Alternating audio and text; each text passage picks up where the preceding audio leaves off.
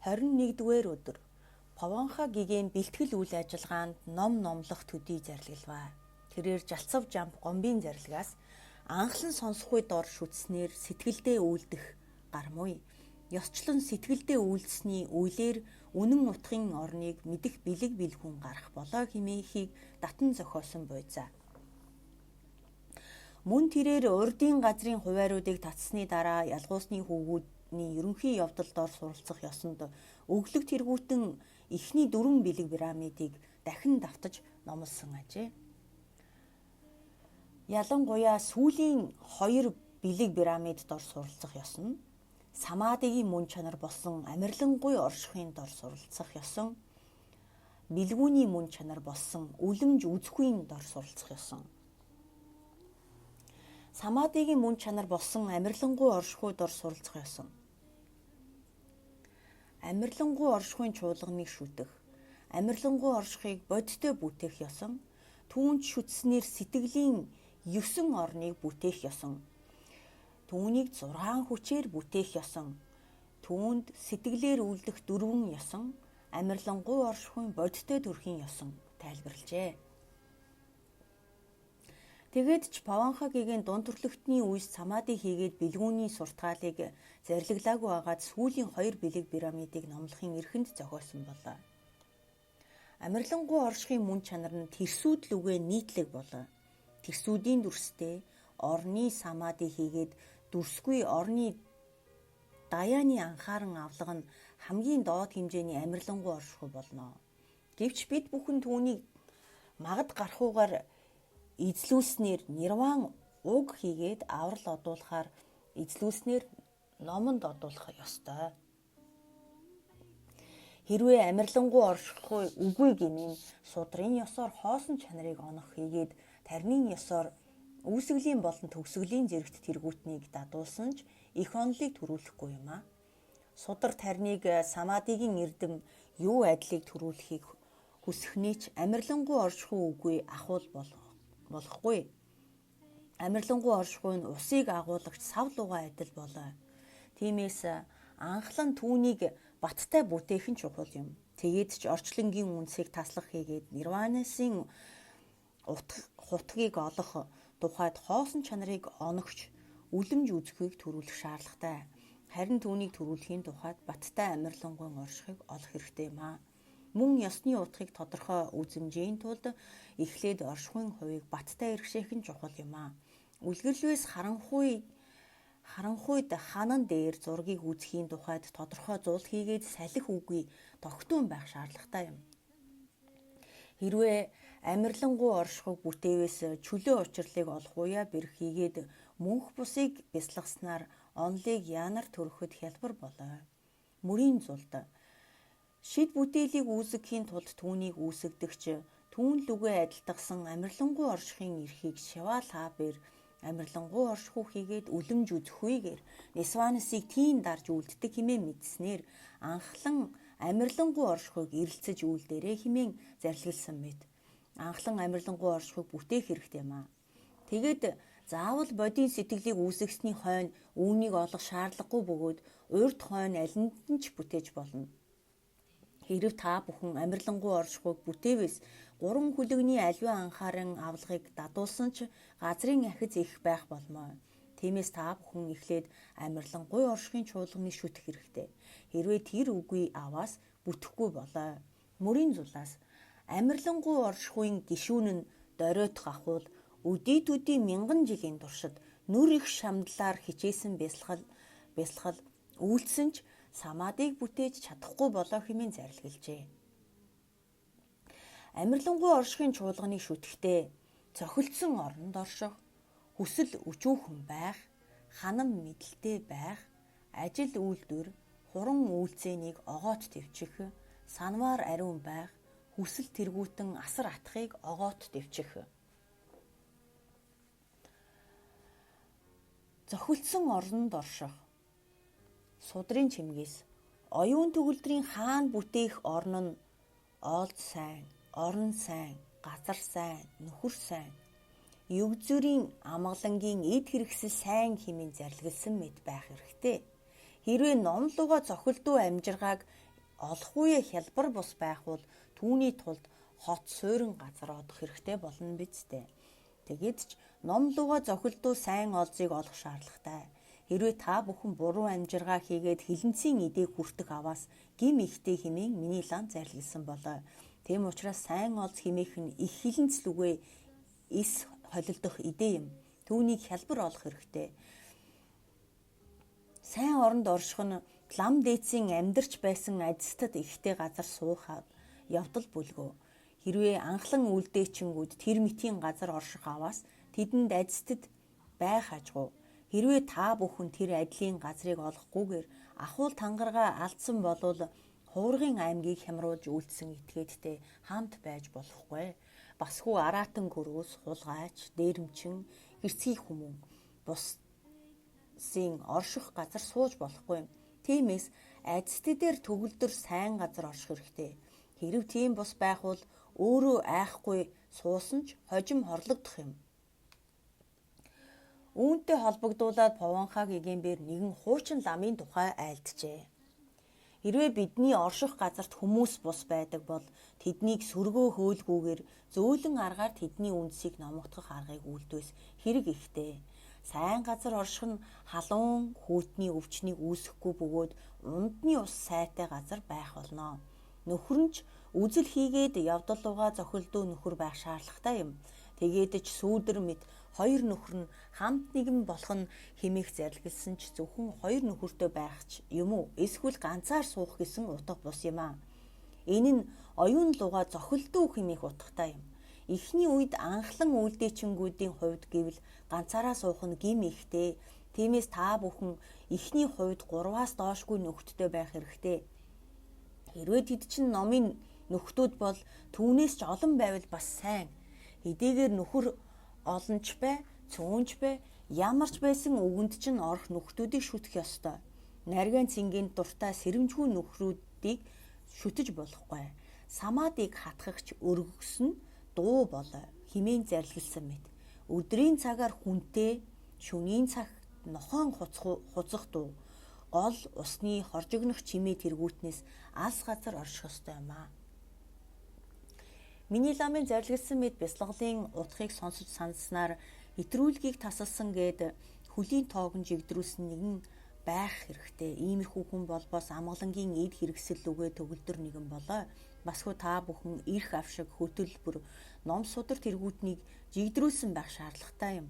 Түүнээс хамгийн эрх минь анхааран авалгынхаа орон доор мэргэн байх ёстой юм. Өдгөө цагийн хүмүүс амжиргааг эрхэмлснээр түүнийг хэрхэн жигдрүүлэхээ мэдэхгүй тул аргаа бараад шоо орхиулах тэргүүтэн мэрэг төлгийг тавиулдаг шүү дээ. Энэ нь тэд хэрхэн анхааран авалгыг бодиттой үлдэхийг мэдэхгүй байгаа хэрэг юм аа. Та бүхэн тэр мэт байж яахан болох юм аа. Харин анхааран авагдахууны бэлтгэлийг сайдар үлдэх хэрэгтэй. Хүсэл өчөөхөн байх. Хоол, хувцас тэргүүтэн сайн хийгээд элбэг тор тачаахгүй хүсэл өчөөхөн байх ёстой. Ханам мэдлэлтэй байх. Хоол хувцас тааруухан байсан ч ханам мэдлэлтэй байх бүлгөө. Хэрвээ та бүхэн хүсэл өчөөхөн ханам мэдлэлтэй байхгүй бол хүслийн эрдэмт тачааснаар эд таваар хураах, түүнийг хадгалах, хамгаалах тэргүүтнээр алгасарч улмаар самаадыг иргэшээхгүй. Санваар ариун байх. Ерөнхийдөө шагшаабад болбоос эрдэм бүгдийн суур юм аа. Дотоод нарийн алгасарлыг амирлуулах нь гадаад бүдүүн алгасарлыг төвчсөн байхаас харгалзахгүй. Бүдүүн атгагийг хувь их байх хэмээхэн сэтгэл нуттай оршихгүй. Тийм учраас санваараар бие хэлний гимт явдлыг боомтосноор түүнийг амирлуулж үйлдээрээ. Ажил үйлдвэр 3 үйлдээнийг огоот төвчих. Энэ нь хэрэгтэй, хэрэггүй ажил үйлдвэр хийгээд алмаа яриа тэргүүтнээр цагаа өрхийг хэлнэ. Та бүхэн тийм алгасрал өгүүгээр шалдэр булдэр аж үйлдвэр дор аль болох цагаа баг зарцуулах хэрэгтэй. Мөн самаадыг төрүүлэхийн тухайд хүсэл өчөөхөн ханам мэдлэлтэй байхад хэрэггүй ажил үйлдвэрт зарцуулах цаг чинь зөндөө богиносох юм аа. Од гаригийн зурхай, эмийн ухаан, шоо хаях гих мэт мэрэг төлөг, гүрэм дорм тэргүүтэнч хуран үнцийн тул тэдгэрийг бас л төвчих ёстой. Тэд мэтийн анхлан үлдээчингүүд байтугай дээд төрлөختөнгүүд ч ихэд хорлдог шүү дээ. Будон хийгээд лама дамбах хоёртой Бихар хаан төмөр үзэг өргөсөнд тэр хоёр нэгэн насандаа хэдэн мянган үзгийг илээжээ. Тэр хоёр зурхаагаар алгасарсан тул дээдийн бүтээлийг олоогүй хэмээн зарлигласан юм. Харин жасраа тогмод самбуубээр асархуй нэгүүлсэнгүй сэтгэлийг дадууснаар орссон тул түүнийг бихар хаан хорлож чадаагүй. Хэдийгээр манай богдлам 18 бод зохиолыг тойрвсон ч эмийн ухааны тухай бичээгүй юм аа. Мөн тэрээр бүтээл номынхоо ихэнд уламжлалт бэрга хийгээд задигч тавиагүй байдаг. Тэдгээрийг зонхов богд мдээгүүдээ тойрваагүй биш. Үнэн хэрэгтээ тэдгээр нь анхааран авлахт нь сөрөг нөлөө үзүүлчихвээ хэмээн сэжиглсэн тул зонхлоогүй юм аа. Миний бийч Самагард хэлийг 1 жилийн турш хичээнгүүлэн суралцсны тул хурууныхаа арьсыг зуламлаж улмаар 2 ч үндсэн самбарыг илээсэн түүхтэй. Гэвч тэр нь хуран үйлдэснээс хитрээгүй бөгөөд миний анхааран авлага дор ямар ч тус болоогүй юм. Хэрв та бүхэн эдгээр дор шамдваас өндөр язгуур хийгээд сайн амгалангийн авьяасыг ч тайлбаж чадахгүй. Энэ нь бурамыг авалгүй бурамны модонд тачаах лугай адил тул огтхон ч шим үгүй. Ухааны бага орднууд нь тус үгүй тул тэдгээр дор мэрэгших ямар шаардлагатай юм бэ? Зарим нь хөгшин зүнэг болсон ч хүслийн эрдмийг хойноос нь хөөцөлддөг шүү дээ. Аяа, тэр мэтийн хүмүүс үнэхээр нэгүүлсэнгүй орон буй за. Нэгэн гуйранчбэр чандам нь эрдэнэ олж улмаараар салжил хаанд өргөхдөө тэр болбоос энэ улсын хамгийн хүсэл ихтэй хүн тул танд өргөх нь зүй хэмээн өгүүлсэн гэдэг. Мөн Повонха гэгэмбэр гівш банган жалын аяллаа бэлтгэлийн тухай айлдсан бүлгөө хүсэл эргүүтэн асар атгагийг огоот дэвчих. Хүслийг гим ирүү их бөгөөд мөнх бусын ёсыг санснаар тэдгээрээс оюуна буцаах хэрэгтэй. Тиймээс та бүхэн уг чуулганыг бүрдүүлснээр хичээнгүйлэн бүтээвээс амарлингуй оршихуугаар 6 сараас хэтрэлгүй болох болмоо. Амарлингуй оршихуйг бодтой бүтээх ёсон. Жавзан жамбаа гомбын зарлигласнаар гол хийгээд хязгаарыг тийм ялгасан судраас дурдвал 5 гимийг төвчиж 8 хуран үлдэхэд шүтсний угаас гарах бол юу? 5 гим нь залхуу, увдсын утгыг мартах, живхүй, догшорхуй, хуран ис үлдэхүй хийгээд хуран үлдэхүй юм аа. Эдгээр 5 гим болоо.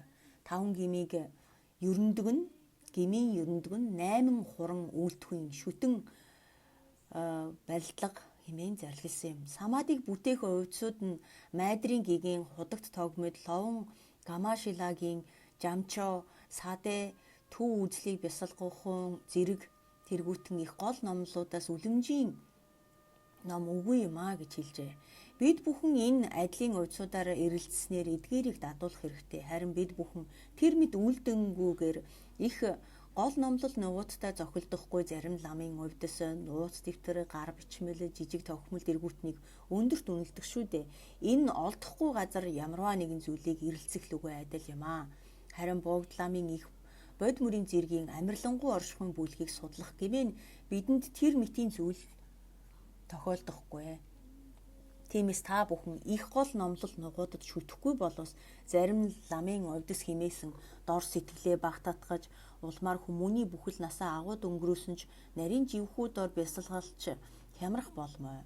Сэтгэлд зоригдсон амарлингуй оршихуйг их нууц мөр мөн байна хэмээн эндүрэгчд өдий гарч байсан юм шүү дээ. Чухамдаа тэд эндүрснээр боломжоо алдацгаасан юм. Тэр адилын буруу увдснууд хичнээн шамшигдавч хүмүүний бүхэл насыг хоосон барахаас хэтрэхгүй.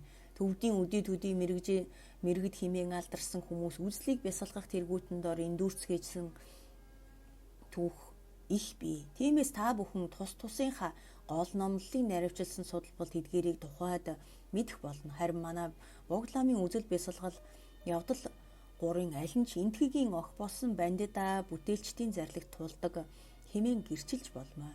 Түүгээр ч барахгүй мандшир богдламын эргэлзээг бодтойгоор арилгасан шүү дээ. Ингэснээр нотлон буулгаж улмаар эрхэм зарлигдор эндүүрэн арилгасан тул бид бүхэн тэр адилыг увдсыг шүтэх хэрэгтэй. Харин их гол номлолтой зохилдохгүй увдсанд горилох ахвал урд өмнө нь юр дуулдаж байгаагүй онолыг тэрүүлэхийн гин бий шүү дээ.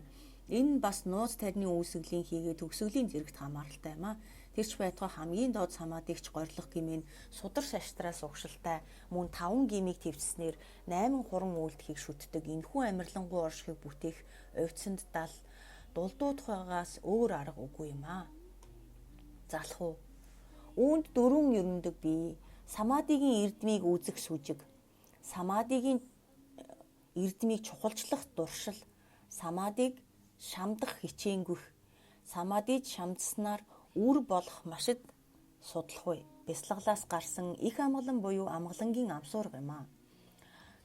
Самадигийн бясалгалын оронд нь юу ч байж болно. Үүнд эхлээд самадиг бясалгахаас хашрах буюу бясалгасан ч үргэлжилж чадахгүй нь залхуугийн гим юм. Харин самадиг тэтгэж үйлдсэн бодиттой үр дагавар нь машид судлахгүй юм а. Өдгөө та бүхэн машид судлахгүй үгүйж самадигийн эрдмийг санах хэрэгтэй. Тэгээд ч бод садвын явдалд орохугаас дуртахад тарин тоолох мэтийн хатуужлыг хэдий чиний өн удаан эдэлсэн ч сэтгэлд нь бусдад алгасрах учраа тэр ямагтыг тусгүй гэж зарлигласан хэмээхийг өөрөөр хэлбэл сэтгэл алгасрахын гмийг санснаар амарлингуй оршихуйг бүтээх гмийн ямарваа буйнд орохын цагт зоригдлын чин оронд баттай болох юм. Чингээд зоригдол чин луттай болсноор шид бүтээлийг түргэн олох болно. Харин түүгээр нийтийн зүм мэдэл тэргүүтнийг бүтээх бөгөөд нойрчинч болов самадид одсноор Нисванысын хувь багасах болоо. Нин ялангуяа багш садныг шүтэх, ёсноос үүсгэлийн хийгээд төгсгөлийн зэрэг хүртлэх хамаг мөр түргэн бөгөөд хялбарт хүрэх буйзаа. Энэ мэтчлэнгээр түүний эрдмүүдийг санснаар самадигийн эрдмийг үзэх сүжиг төрөх ажээ. Харин тэрхүү сүжиг төрөх аваас самадидоор дурлах дуршил, хичээнгүй, машид судлахгүй нугууд дараалан урд урдаас хойшоос гарах бүлгөө. Эдгээр дөрвөн ерөндөг нь уг үрийн ёсоор оддог учиртай. Увдсын утгыг мартах. Энэ нь зоригдлын шүтээнийг дурдахдаа орхих болоо. Мөн энэ нь самадиг үйлдэхийн цагт их гэмтэй.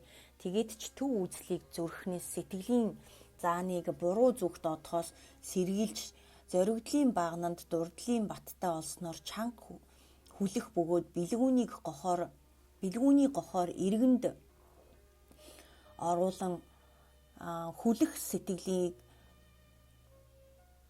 үүсгэх нь ёстой. Ямар суурьнд хүлэх юм бэ хэмээвээс амарлингуй оршихуйн зоригдолд хүлэх ёстой юм. Тэгээд зоригдлын шүтээнд ямар ч юмсыг зоригдсноор бүтээж болно. Тэрсүүдийнхэн чулууч юм уу эсвэл модыг зоригддог. Харин бом бөөгийнхэн үсгийг зоригдсноор амарлингуй оршихуйг бүтээдэг. Ер нь зоригдлынхоо шүтээнийг сэтгэлийн оронд үйлдэснээр бүтээдэг болохоос нүдээр харан байж бүтээдэггүй юм а. Басгүй зарим нь зоригдлын шүтээнийг нүдээрээ харснаар бүтээдэг нь урдын дурдын хоёроос ч дорд амарлингуй оршихуй билээ гэжээ. Тиймээс амарлингуй оршихуйг нүдээрээ бус сэтгэлдээ бүтээдэг учиртай. Мөн тэдгээр нь 5 их гмийг олсноор 20 зохиосон байдаг юм. Урд энтхийгээс ирсэн нэгэн хүн сэтгэлийнхээ орны зоригдлын шүтээнийг бусдад бүтээлгүй үхрийн иврийн зоригдлынхоо шүтээн болгосноор бүтээж байсан гэдэг. Гисэн хэдий ч тэрээр амарлингуй оршихуйг бүтээж чадсан болоо. Түүгээр та бүхэн ямар ч орныг зоригдлынхоо шүтээн болгож бүтээж болдог гэдгийг мэд хэрэгтэй юм аа. Гэвч манай Богд ламын уламжлалын дагуу амарлингуй оршихуйг бүтээхийн цагт Бурхан лагшин зоригдсноор чуулганыг хурааж хилэнцгийг арилгадаг тул их ялгаатай. Мөн үүгээр нууц тарны ядан Бурханы бясалгалд ор дадлага ихтэй болдгоороо онцлогтой. Түүнчлэн Бурханыг даган дурдах тэргүүтний тус эрдэм ихтэй. Таны оройн зулаа дээрх ламаас эрхий гурууны хэмжээтэй шагж төвийн цацарснаар хоёр хөмсөгний чинь тушаа мөн хүүсний чинь харалтаач юм уу эсвэл өөрөө ч шагж төв болон хувирснаар зоригдож болно. Басгүй зарим хүмүүст дүрсгүй зоригдлын шүтээнд ор бясалгах нь амар байдаг. Үүнтэй холбогдуулан Богд ламын баг бод мөрийн зэргийн таалал дээр суурилсан төгс баясгалантын Махамудрагийн ёсыг банчин лувсан чойжиж янсан гаргаж ирсэн юм а.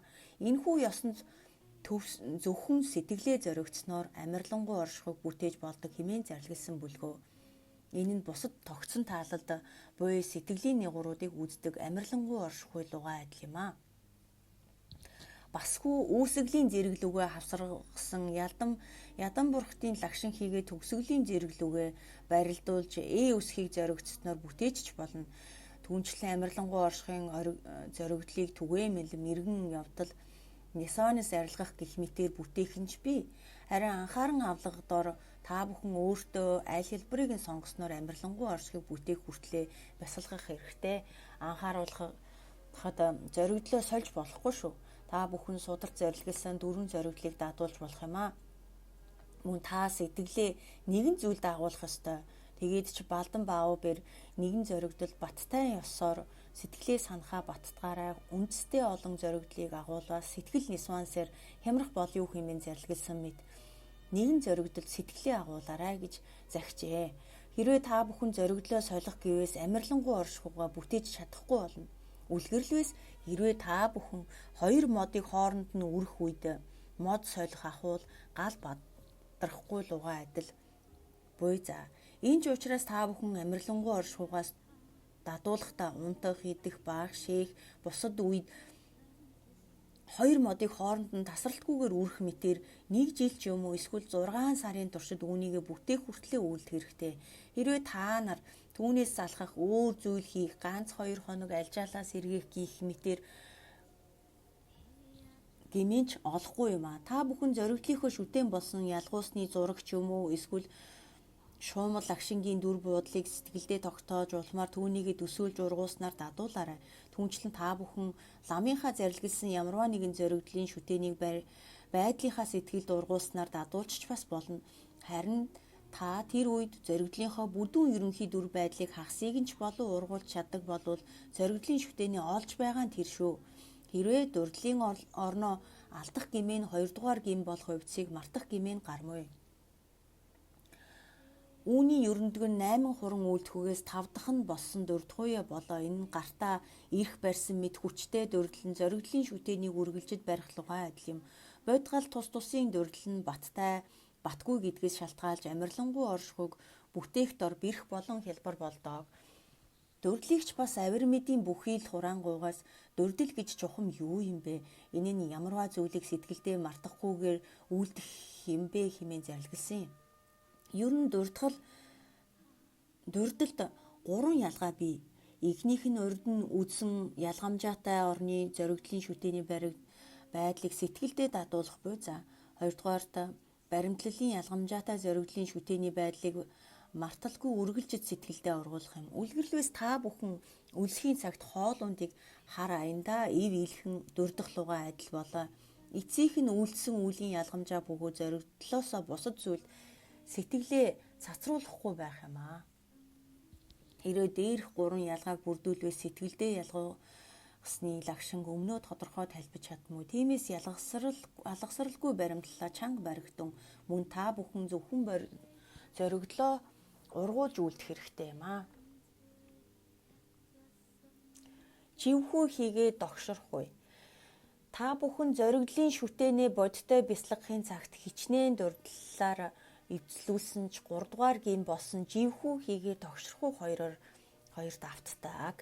Тэгээд живхүү будангуруул догшорхуу ялгаж салгахгүй бол алуурчин дайснаа танихгүй мэд гим ихтэй шүү.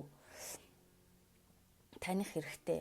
Будангуурл нь бие сэтгэлийн хүндрэл агаад нойроор автах бүлгөө. Энэ нь мэдэгдэхүүнийг түүтгэрлдэг тул саармаг үйл болон нүгэл хоёрын аль нь ч болмоо.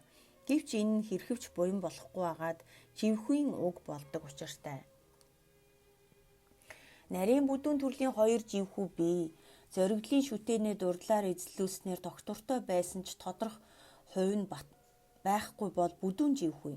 Хэдийгээр баримтлалын зоригдлоо алдаагүй доктортой мөн тодорхой хувь нь байсан ч баримтлалын хүчин суларснаар тодорх хувийн хүч нь үгүй болсон нарийн живхүү юм. Энэ бясалгалын хамгийн эрхэм дотгор юм а.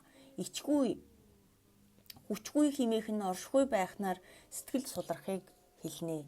Энэхүү үед оршихуй нь хэдийгээр баттай байсан ч нарийн живхүү болохын угийг үлддэг. Сэтгэлийн тодорхой хувь нь хүч лүгээ төгөлдөр байх бол зоригдлын шүтээнд сэтгэл эрчимтэй орших болоо.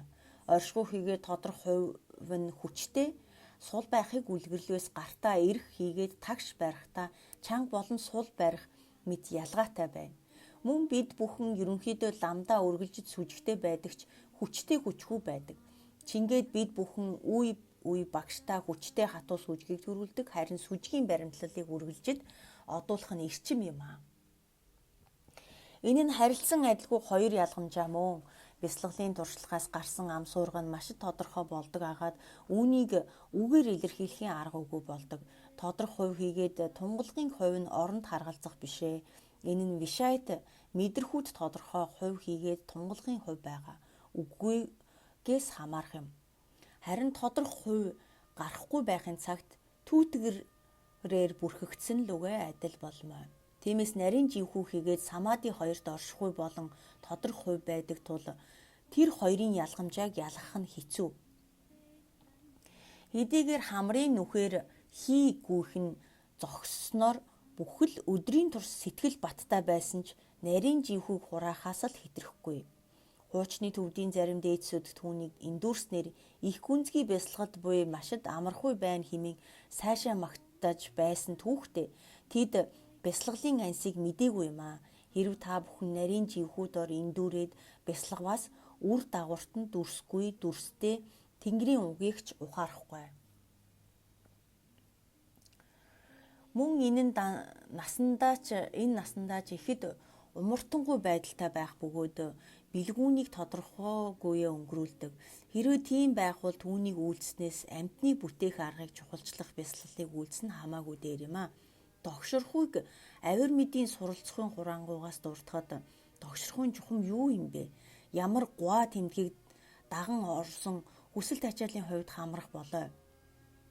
Энэ нь сэтгэлийг асар амьрлуулахгүй бөгөөд амьрлангуй оршихуйг таслагч үйлдэн хэмээн зарлигласан буй за. Хүсэл тачаалын орон сэтгэлийг сасруулж үлддэг тул гуа орны тэмдгийг үлгэрлвээс бүжгийн жүжгийн өдөр нь үзэх гэмээн шүнэн түүний үзэгдлийг нь илхэн дурдах мэт сэтгэл зохистой хүсэл тачаалын орныг даган дурдах лугай адил юм аа. Цацрахуйя хийгээ тогширхуй нь хоорондоо ялгаа ихтэй дайсан адилын сэтгэлд зохисгүй оронд сэтгэл нэрвэгдэх нь цацрахгүй юм.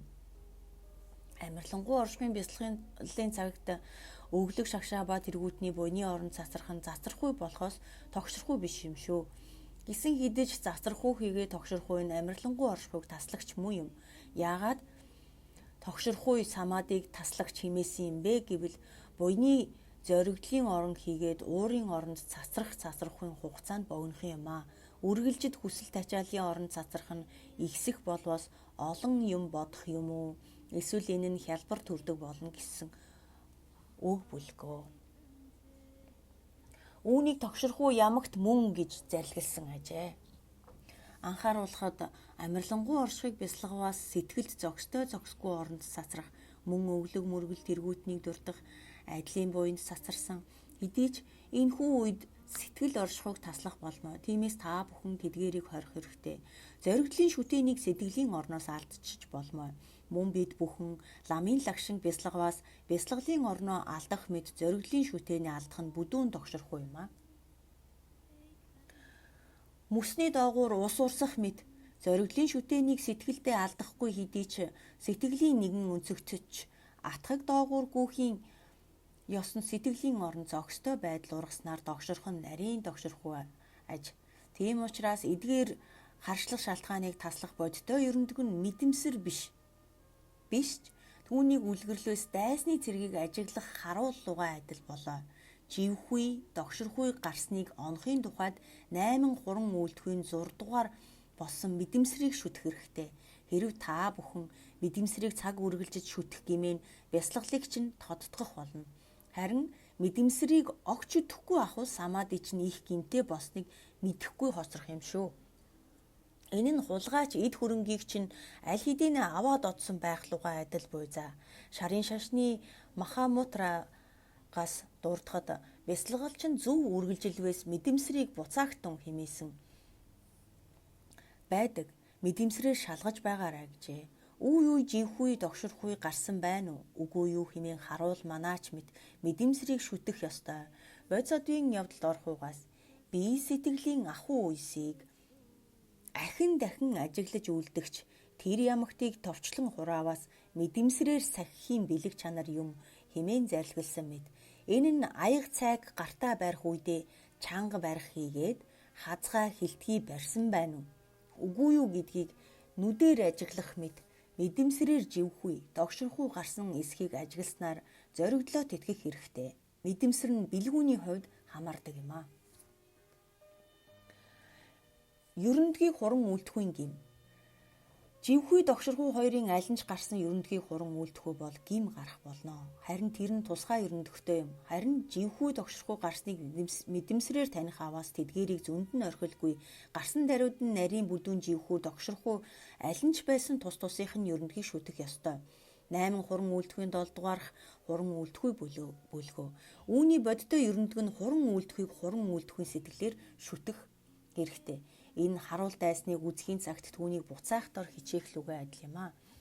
Гэвч ерөндөгийг хэрхэн шүтдэг юм бэ? Нарийн живхүүн сэтгэл метрах ажээ. Живхүү хийгээд метарсан сэтгэлд 2-1 үр дагавартай. Тодорх хувь хийгээд оршихуйн хувь нь хэдийгээр байсан ч баримтлалын тусгаалыг доошлуулж мөн тодорх хувь нь хүчгүй болмоо. Хэрв тэр мэтийн нарийн живхүү төрөх гэмээр тасалгааг тайлах хийгээд зоригдлоо орхих хэрэггүй. Харин сэтгэлийнхээ баримтлалыг чангалах болно. Хэрвээ эрчмээ хэтэрхий чангалах ахуул догширхуй төрөх тул эрчмийг нь тааруулснаар сулруулах ёстой юм а. Ялж төгс нөхцсөн бээр бива хөгжмийн жавцсын эрчимд хэтэрхий чанга болсон сул үгүүгээр тэр хоёрын хэмжээг тааруулж чадваас түүний аялгау сайхан дуу гардаг хэмээн зарлигласан мэд. Та бүхэн тэр мэд үйлснээр догширхуй төрхийн цагт суллаж харин живхүй төрхийн цагт эрчмийг нь чангалах хэрэгтэй. Хэрвээ та бүхэн энэ хоёрын хэмжээг өөрийнхөө мэдэмсрийн анхааран авлагаас гарсан амсалгаас ажиглахгүй явхвал түүнийг ялгахад асар хэцүү болох юм а. Ловн Жангарбо бээр хичээлийг шүтвээс догширхуй гармай. Түүнийг төвчвээс метрхуй төрмөй. Тэр хоёрыг тааруулснаар самаадыг олох нь бэрх тул миний сэтгэл хямархаас цаашгүй юм хэмээн тааллан зүдэрхийн ёсыг зохиож байсан болоо. Гэвч дайсан бүгдийн дотроос гэр бүлийн хүмүүс хийгээд эндүрсэн дайсныг танихад бэрх тул гим ихтэй. Тийм учраас эрчмийг тааруулах хэрэгтэй. Түүнчлэн сэтгэлийг эрчимжүүлсэн тодорх хувийг алдснаар баримтлалын орон тодорхойгүй байхын доройтол арилахаас болбоос бүдүүн живхүү гарч байна гэсэн үг юм а. Төв үзлийн зүрхнээс зоригдлын агуу их болбоос мятрах тул бясалгалыг уужим ямагтад үйлдэлээрэ хэмээсэн. Мэт сэтгэлээ ихэд хурааваас гимтэй тул зоригдлоо өчүүхэн цацруулж бясалгах хэрэгтэй. Хэрвээ түүгээр арилгахгүй болвол зоригдлоо орхисноор сэтгэлийн метрахуйг өргөх буюу баясгах арга болсон чөлөө учирлын тус их. Түүнийг олохуяа бэрх чухаг дээд 3 эрдэм багш садныг шүтхийн тус эрдмийг сонсох. Бодийн сэтгэлийн тус эрдмийг санснаар сэтгэлээ хөөрүүлж урамшуулаарай. Түүнчлэн та бүхэн сэтгэлдээ гэрлийг төсөөлөх мөн зоригдлоо өгөх тэргүүтэнд дадуулах ёстой. Тэр мэд бясалгах ахуул сэтгэлийн тусгалыг өргөснөөр сэргээх бөгөөд улмаар зоригдлоо дахин барих юм а. Хэдийгээр бидний оюун тэр мэтийн арганд дадаагүй тул даруй тус болох нь бэрх болоо.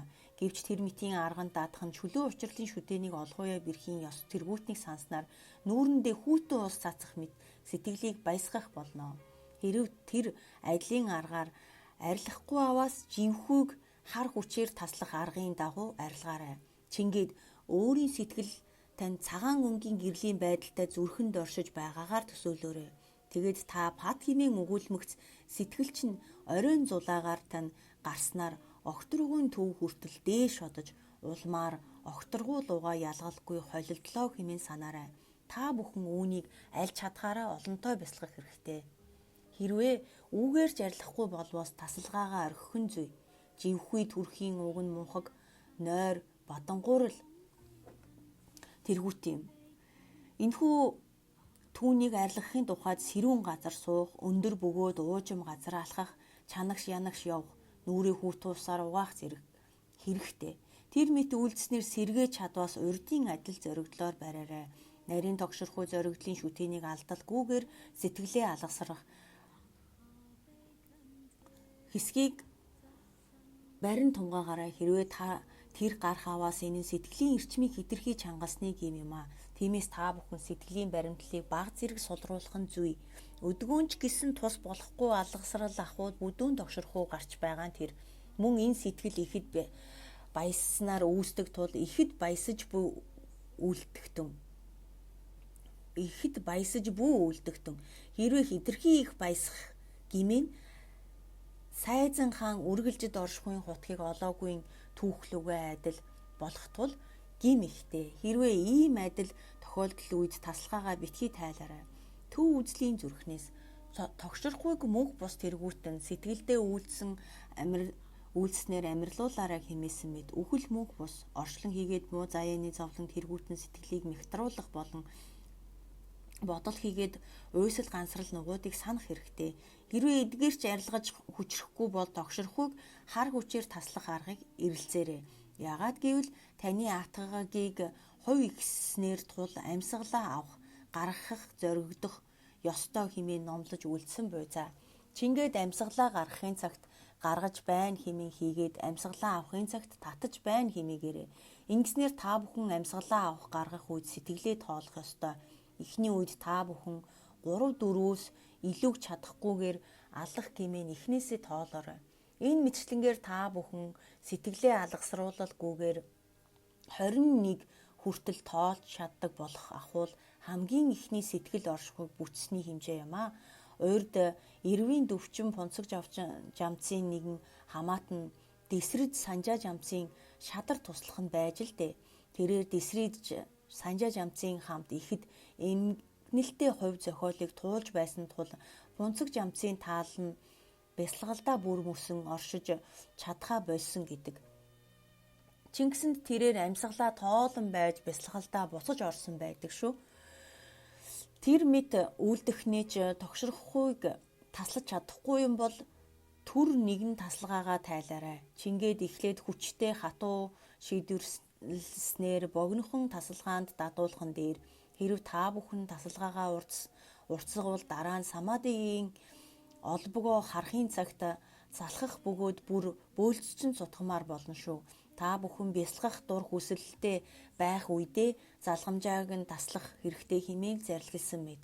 Бясалгалч нь сайн байх үед зогсоох гэмээн хэрэг ихтэй.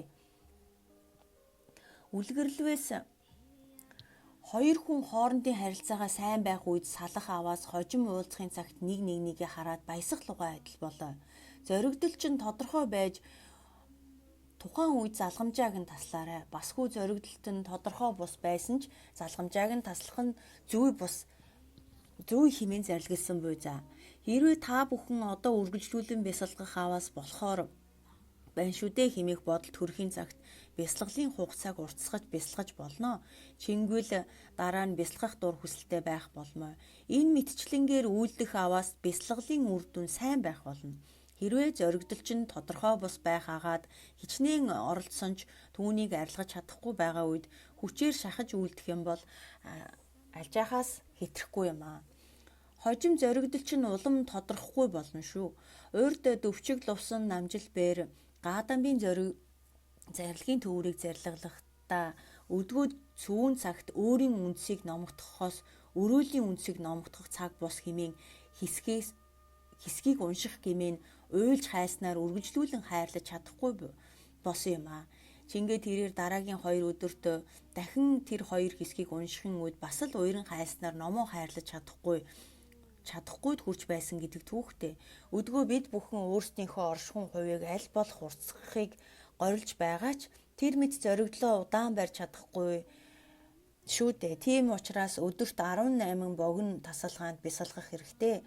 Хэсэг хугацаанд дараа та бүхэн живхгүй, догшрохгүй, дор алдрахгүйгээр чанартай бясалгаж сурах ахуул дасалгаагаа богиносгож харин тоог нь олшруулаарай. Тэр мэд үлдэх болбоос хожим өөрийн хүчээр орших болно. Харин тэр үед тасалгаагаа уртсгах ёстой юм. 5 дугаар гин. Хуран үлдэхүй. Та бүхэн живхүү тогшрохуу хоёрыг таслахын цагт бодиттой ерөндөг болсон хуран үйлдэхүүн гин болж хувирах болоо. Түүний ерөндөгийг болбоос 8 хуран үйлдэхүйн 8 дугаар хуран эс үйлдэхүй тул тэгшидхийг шүтэх хэрэгтэй. Тэгээд та бүхэн живхүү догшорхуу хоёроор 8 дугаар сэтгэл оршихуй хүртэл үргэлж тасалдах бол. Хэдийгээр тэр цагт та бүхэн живхүү догшорхуйг амьрлуулсан ч тэр хоёр гарсан эсхийг ажиглах болоо. Гэвч та нар ерөндөг дор шамдан шүтвэл сэтгэл оршихуйг таслахын гинбэ. Тиймээс мэдэмсрийг шүтлэгүүгээр баг зэрэг суллаж улмаар хуран үйлдэхүүгээр тэгшидгэж үйлдээрэй. Урдын дээдсүүд энэ үед суллах хэрэгтэй хэмээн зарлигласан бөгөөд 8 дугаар сэтгэл оршихуйн эцэст сэтгэл живхүү тогшорхуу эрхэнд автахгүй болмоо. Тэр цагт та бүхэн зөвхөн мэдэмсрийг л суллах хэрэгтэй. Харин энэ үед хүрэхээс өмнө босод дурдлыг хийгээд зоригдлын баримтлалын үест урдын суллахыг зарлиглаагүй юм аа. Урд төвдүүд хэрэгцээтэй үед суллахыг мэдлгүйгээр гүнзгий бясалгалд буй машид амархуй мөн байна химээж байжээ. Тэд урд дурдлыг сулласнаар эндүрч байсан юм. Харин та бүхэн тэдний үйлдэж байсан аллааг давтаж болохгүй. Яагаад гэвэл оршихуйн хувь хэдий түргэн байсан ч живхүй тогшорхуй дор алдснаар самаадигаас улам холдохын тулд болоо. Тиймээс эдгээр харилцан адилгүй зоригдлыг тэтгэх ёсон билээ. Мөн эдгээр нь ч бас төгсгөлийн зэргийн үест адил юм аа. Оршихуйн 5 бэлэг чанар төгөлдөр тэргүүтэн дор амирлангуй оршихуйн чуулганыг бүрдүүлж үлдээрэй. Шингээд тавтаа тухтай олбогон дээр намдангийн 7 номоор суух хэрэгтэй. Дараа нь оройн 7 зулаа дээрх ламаас тань ямхийн чиний шагжтүүж цацарснаар хүүсний чинь тушаа завсрын үзэгдэлд оршлоо хэмээн бодоорой. Тэгээд ч эхний үед зоригдол чинь тодорхой ургахгүй болоо. Энэ үед та бүхэн зоригдлоо тодорхой ургуулад байх нь шаардлагагүй. Толгой гар үлмий тэргүүтний хувь нь ерөнхий төдий хийгээд алтан өнгө мэт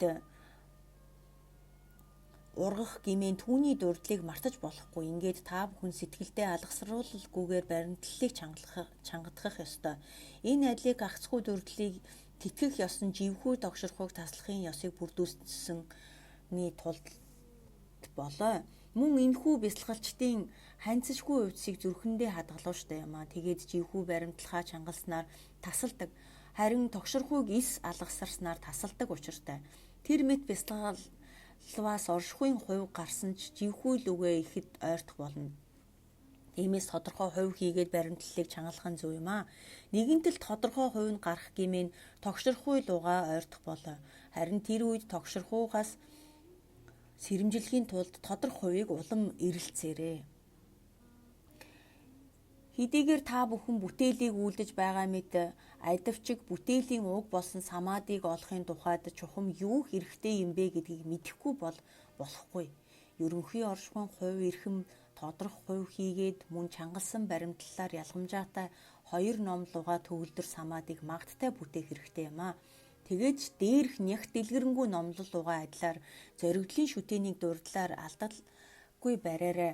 Тэр үед бүдүүн нарийн живхүй тогшорхуу гарах боловч тэдгээрийг гарсан даруй мэдэмсрээр мэдэж улмаар тус тусын ерөндөгийг нь шүтснээр хорих хэрэгтэй.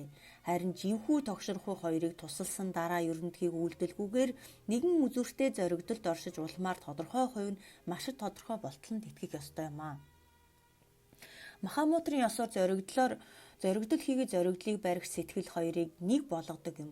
Үлгэрлвээс малчин ууланд бэлчиж буй хонь ямаа сүргээ алдсан байна уу, үгүй юу гэдэг хоёроор ажиглах мэт атгаг төрөх аваас түүний мөн чанарыг ажигласнаар амьрлуулж тасалдаг шүү дээ. Атгагийг ерөндгөөр нь таслаж амьрлуулах мөн тодорхой сэтгэлийн ухаан зоригдлсноор тасалдаг хоёр ёсон бий. Хэрвээ та бүхэн үүний тухай дэлгэрэнгүй мэдэж авах хүсэлтэй болбоос шарын шашны Махамудрагийн хөлбөрөөс үзээрэй. Сэтгэлд зоригдсноор амьрлангуй оршихуйг бүтээхийг хүсэгч нүгүүд түүнээс мэдэх хэрэгтэй хэмээн зарлиглаваа. Түүнд шүтснээр 9 сэтгэл оршихуйг бүтээх ёсон. Хэрвээ та бүхэн бясалгал үйлдэхийг хүсэх гэмээн 9 сэтгэл оршихуйг амсах хэрэгтэй болдог. Тийм учраас эдгээр 9 сэтгэл оршихуйг мэдэх ёстой юм аа. Сэтгэлийн агуулга, үргэлжид агуулга, дахин агуулга, чухал агуулах, номготгож үлдэх, амарлуулж үлдэх, асар амарлуулж үлдэх, нэгэн үзүүртэйгээр үлдэх, тэгш агуулах. Сэтгэлийг агуулах. Энэ нь ламаасаа зоригдлын увсыг сонссны хүчээр бүтээх болоо тэгээд ч энэ үед зоригдлоо агуулах төдийл байх болно. Харин зоригдлоо агуулснаар оршиж чадахгүй агаад үргэлжлэлийг залгамжааг нь барьж чадахгүй тэр цаг сэтгэлийн атгагийг ажиглаж оршихын хүчээр цацрахуу догширхуун эрхэнд алдах болмоо. Та бүхний атгагийн хувь ихссэн мэт санагдсан ч үнэндээ тэр чинь олшроогүй юм. Чухамдаа атгагийг дахин барьж байгаа нь тэр юм аа. Үргэлж агуулах. Тэр мэд бясалгаснаар сэтгэлийн зоригдлыг агуулах төдийгөр үргэлжлэлийн залгамжааг богино хугацаанд барьж чаддаг болсон нь үлгэрлээс нэг ирэх уммааны бадми хумыг унших хугацаанд алгасралгүйгээр бясалгадаг болсон үе юм аа. Тэр цагт зарим үед атгаг амарлах бөгөөд зарим үед атгаг төрдөг тул атгагийн алжааллыг сэргээдэг гэдэг. Энэ санааны хүчээр бүрдсэн буй за. Эхний хоёр сэтгэл оршихуйг дор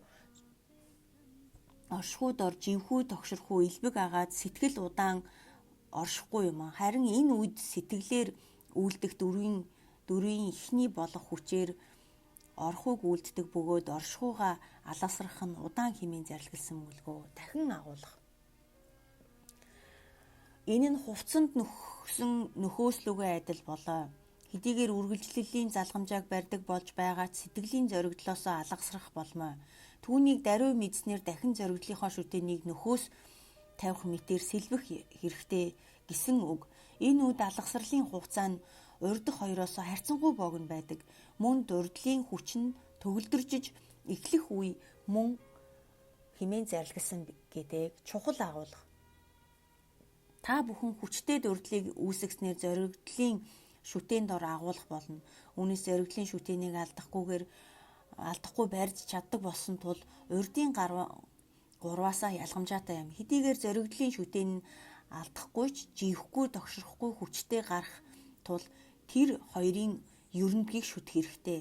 3/4-р сэтгэл оршихуй хоёулаа дурдлын хүчээр бүтдэг юм аа. Өдгөө дурдл нь бэр тэнхээ намтагдсан хүн лүгээ адил болмоо. Мөн энд дурдлын хүчийг төгсгдөг хэмээн зарлигласан буй за. Номготгох үйлдэх.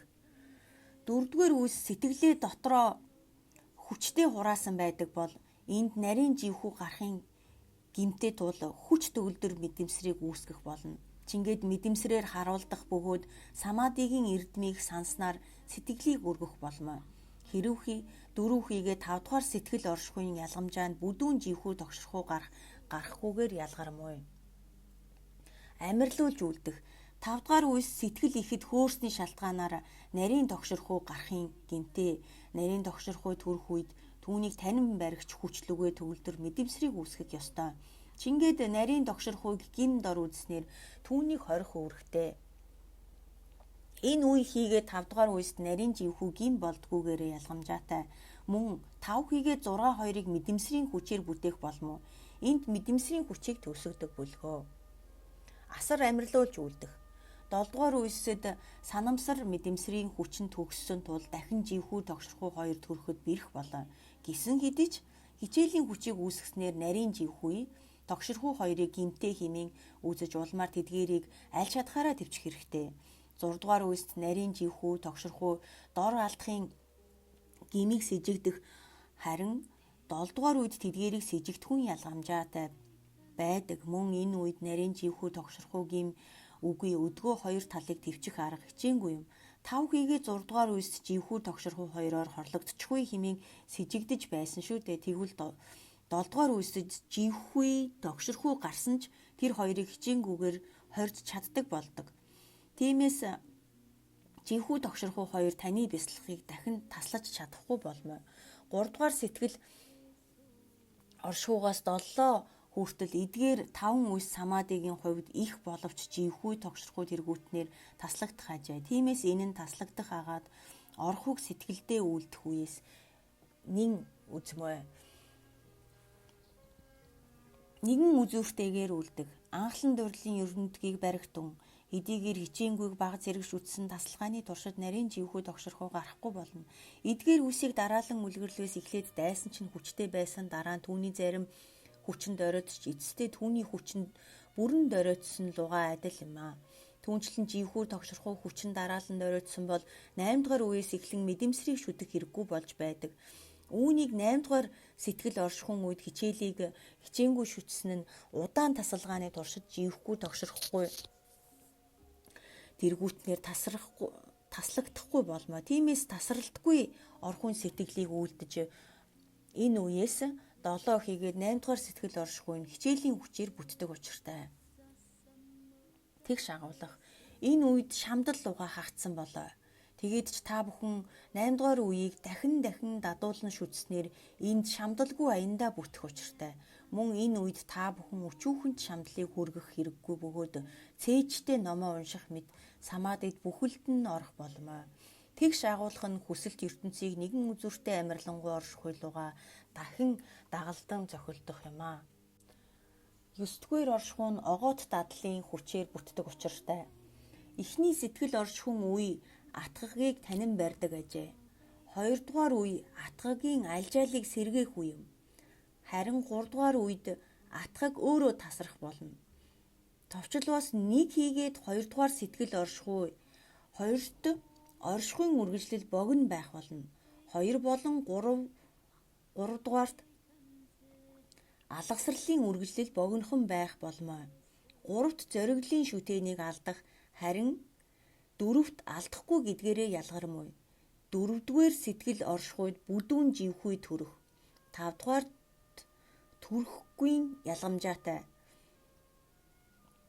5 дугаарт нарийн живхүү гарсан уу үгүй юу хэмээн сэжигдэж шаардлагатай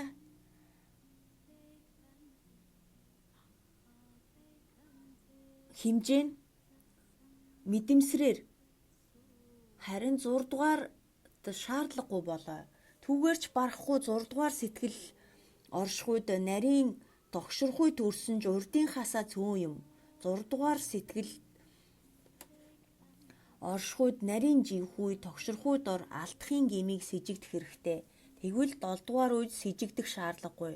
7 дугаар үед живхүйе тогшрохуй байна. Харин 8 дугаар үест байхгүй юм. 8 дугаар үед шамдал хэрэгтэй. Тэгвэл 9 дугаар үед шамдал хэрэггүй. 7 дугаар үед живхгүй тогшрохуй 2 хоригдох бөгөөд тэр хоёрт алдсан эсхийг сэжигдэхийн гим үгүй. Үлгэрлээс та бүхэн дайсантайгаа тэмцэхийн үед дайсны чинь хүч судрах ахвал их хянуур байхын шаардлагагүй. Агаад тэдгээрийг нэг мөсөн дарах хэрэгтэй болно биз дээ.